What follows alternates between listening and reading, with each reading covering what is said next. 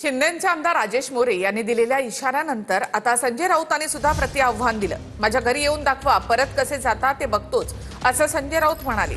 आमदार राजेश मोरेंनी राऊतांना घरात घुसून मारण्याचा इशारा दिला होता।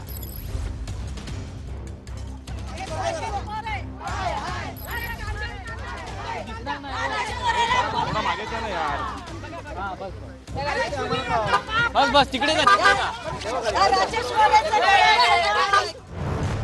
कल्याण ग्रामीणचे शिवसेनेचे आमदार राजेश मोरे यांना संजय राऊतांनी आव्हान दिले। राजेश मोरे यांनी संजय राऊतांना घरात घुसून मारण्याची भाषा केली होती। त्यावर राऊत यांनी घरी येऊन दाखवाच असं प्रतिआव्हान दिले। रोजगार काढल्याबद्दल आम्ही त्याचा संपूर्ण निषेध करतो आणि तो म्हणून निषेध करतो। त्यांनी सांभाळून बोलावं, नाहीतर हा शिवसैनिक घरात घुसून मारल्याशिवाय राहणार नाही याची त्यांनी काळजी घ्यावी। आकर धमकियां देते हैं, देने दो भाई।